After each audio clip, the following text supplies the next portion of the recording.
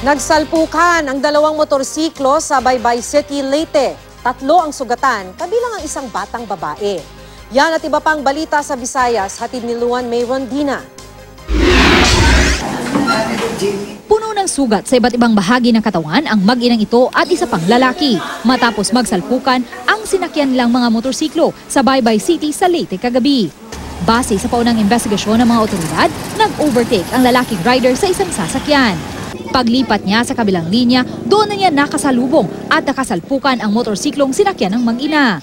Mag-uusap na lang daw sa gastusin sa pagpapagamot ang dalawang panig.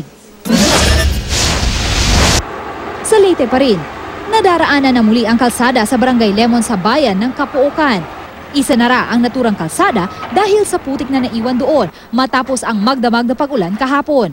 Ayon sa mga residente, maputik ang lugar dahil malambot ang lupa sa kalsada.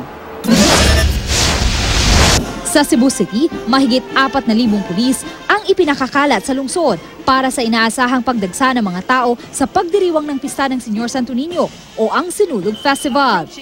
Mahigpit din ang ipinatutupad na seguridad sa Mactan International Airport dahil sa pagdagsa ng mga turista para sa pista. Nilalatag na rin ng Cebu City Police ang seguridad na ipatutupad nila para sa International Eucharistic Congress sa lungsod na gagawin sa huling linggo ng Enero. Simula Huwebes, may mga pulis nang magbabantay sa Cebu International Convention Center na isa sa mga venue ng IEC. Yan ang mga balita sa Visayas. Luan May Rondina, reporting.